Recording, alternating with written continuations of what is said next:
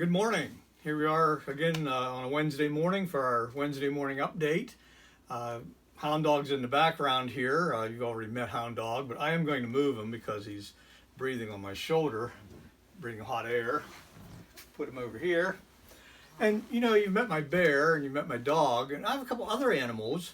Several months ago, I seen an ad in a magazine that said, "How would you like to have a financial windfall?" And I'm thinking, well, sure, I'd like to have a financial windfall. All you had to do is order these rabbits, and then you sell them for Easter, and it would just be a windfall of money coming in. So it's not like a good idea. Well, now with the coronavirus, nobody can come to the house. I can't get rid of my bunnies. So they're getting larger now. So in fact, I have a couple here. If I can catch them, just 1 second, please. Come here. Gotcha. Okay. Well, here's my bunnies. My wife likes to dress them up a little bit, but you can see they're getting rather large. I have no name for these bunnies, so if you can think of a boy name and a girl bunny name, that would be wonderful. I could give them some nice names, but I probably will just keep them, and they'll join our animal family. And as you can see, they don't require much upkeep to keep them, as well as all my other animals. So we'll probably keep them. But this morning, of course, on the news, all we hear about is the coronavirus. And according to yesterday and even this morning, our government officials, national and on a state level, are saying that this week of April 5th, may be one of the most challenging weeks we have to endure this week or week and a half with the coronavirus. It may peak at that point. Some states are seeing the curve flat to some small degree.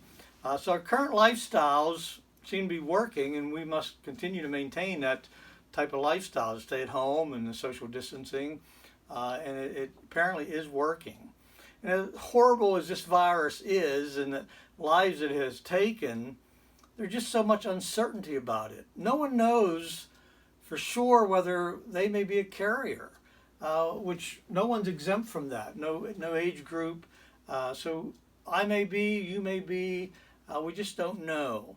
So no one is going to know what's going to happen even by the end of this week. And this got me thinking about the last week of Jesus' life.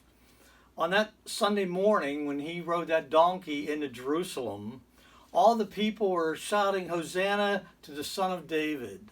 And you can picture this in your mind, these thousands of people lined up along this dirt path and laying their cloaks and the palm branches down for Jesus and to ride across. And you could just feel the excitement in the air.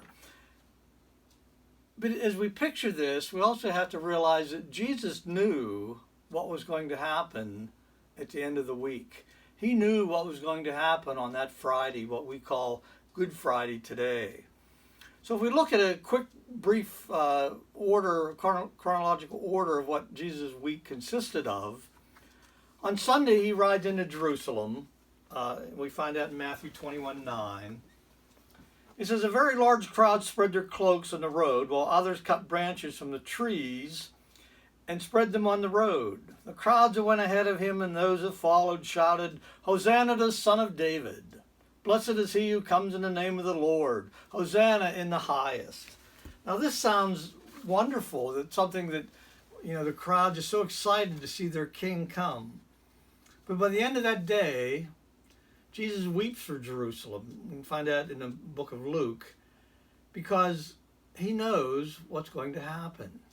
And that Sunday evening, he returns back to Bethany. So then he gets up Monday morning, and we find in chapter 21, verse 18, it says, "Early in the morning, as he was on his way back to the city," meaning Jerusalem, "he was hungry. Seeing a fig tree by the road, he went up to it, but found nothing on it except leaves.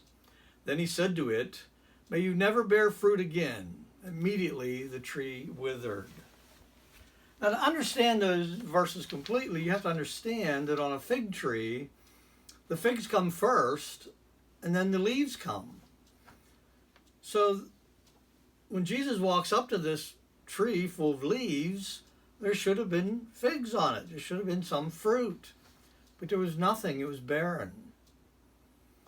So I believe that Jesus is using this as a symbol of Israel at the time. Because they too were claiming to be fruitful as they lined the road and was yelling all this and celebrating, looking for their king. But as Jesus already knew that they were fruitless. All the leaves were there, but there was no fruit. And by cursing that generation, Jesus was showing his rejection of them and predicting that no fruit would ever come to them.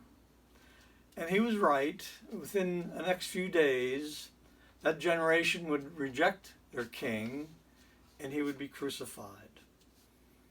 Jesus continues on in Matthew in chapter 24 and 25, and he's telling parables and trying to make a point on their lifestyle versus how it is and how it should be.